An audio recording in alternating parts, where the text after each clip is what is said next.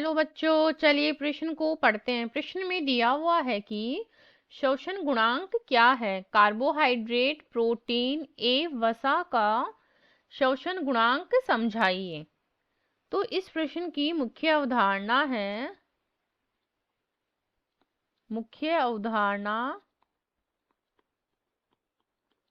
पादपों में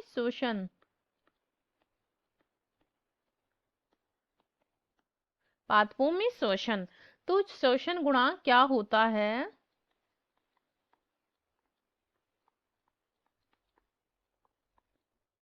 शोषण गुणांक के अंतर्गत ली गई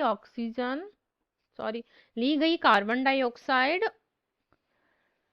और छोड़ी हुई,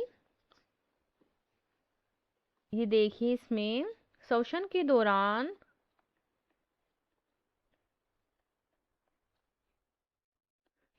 दौरान मनुष्यों में क्या होता है, कार्बन डाइऑक्साइड तो छोड़ी जाती है और ऑक्सीजन को लिया जाता है। जबकि पादपों में क्या होता है,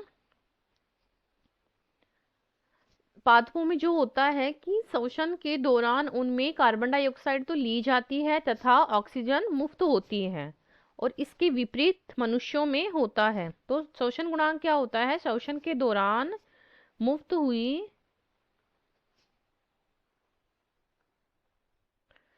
हुई कार्बन डाइऑक्साइड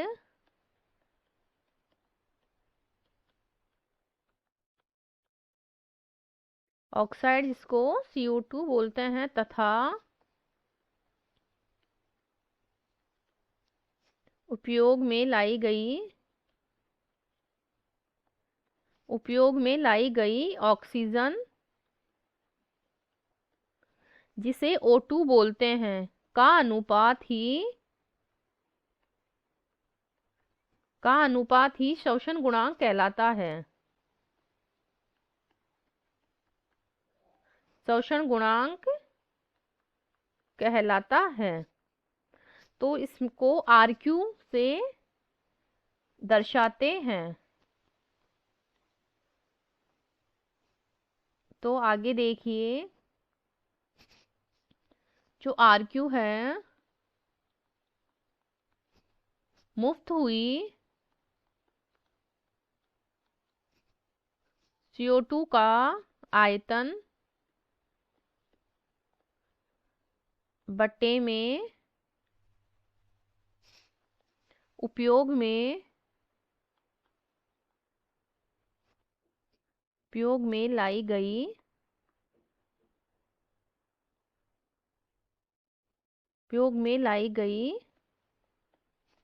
O2 का आयतन,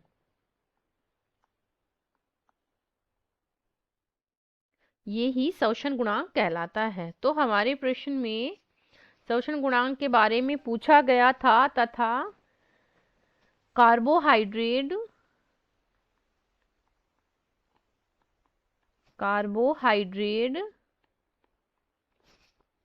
का RQ पूछा है, और प्रोटीन का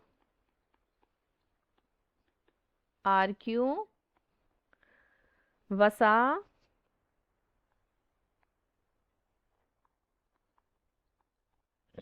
का RQ।